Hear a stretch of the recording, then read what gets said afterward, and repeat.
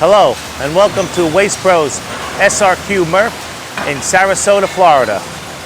My name is Frank Casagrande, Director of Recycling Operations, and we will show you the operations of this material recovery facility from the single stream and how it gets separated through the CP system with optical sorter and other automation functions.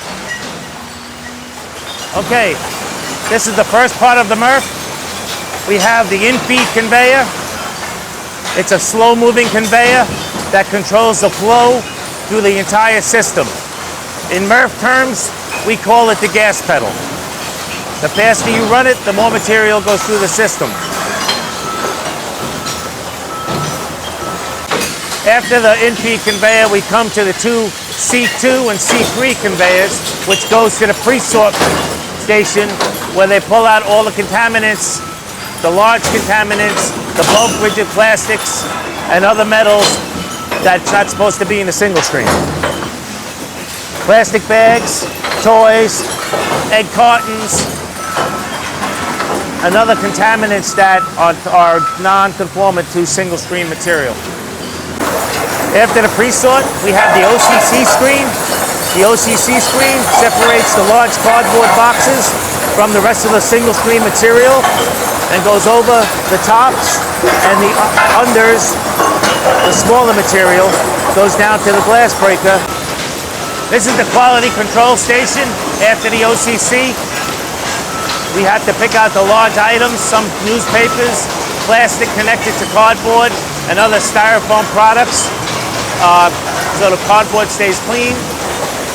The unders from the glass breaker come up and get dumped on the CP screen. This is oblong discs, rubber discs, rotating, bumping the three-dimensional material down to the bottom while the paper goes over the top. Here we have the overs of the CP rotating disc screen. The overs are still contaminated and still requires manual sorting of aluminum cans, PET bottles, plastic bags, and other contaminants that are in the single stream that get past the pre-sort. These are the unders of the CP screen. You have plastic bottles, aluminum cans, tin cans, some paper products, and 3 through 7s. They go up over to an optical sorter, and then they come around down to the magnet after the optical sorter. Here is our optical sorter. This is an 80-inch MSS unit that has a 98% pick rate. It picks out all the PET regardless of color and helps us recover 5 to 6% PET from these articles. Okay, this is our container line.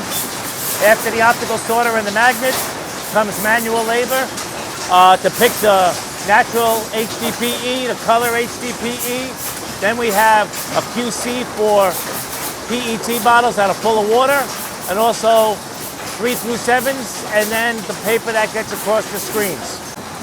Here we have the eddy current that throws the aluminum cans by a pair of rotating magnets, and it throws all the aluminum over the divider that has to be quality controlled on the other side for cat food cans and other aluminum that is not allowed in the aluminum can bales. Here we have the quality control station for the aluminum. He picks out all the garbage, all the cat food cans, and all the other aluminum that we see here in the bins. Parts, aluminum trays, and here we come to the end of the line. And this is the baler, the heartbeat of the MRF system that bales all the material that comes out, that gets sorted out at the silos, connected to the silos. The cardboard and other materials go through this one baler. Okay, and this is the end product of all MRFs. We have our colored HD right there. We have our natural, and next to the natural, which you can't see, is aluminum cans. We have our cardboard. We have our mixed paper. We have our PET, our 3 through 7s, and the steel cans. All get baled up, they all get stored here, waiting for shipments.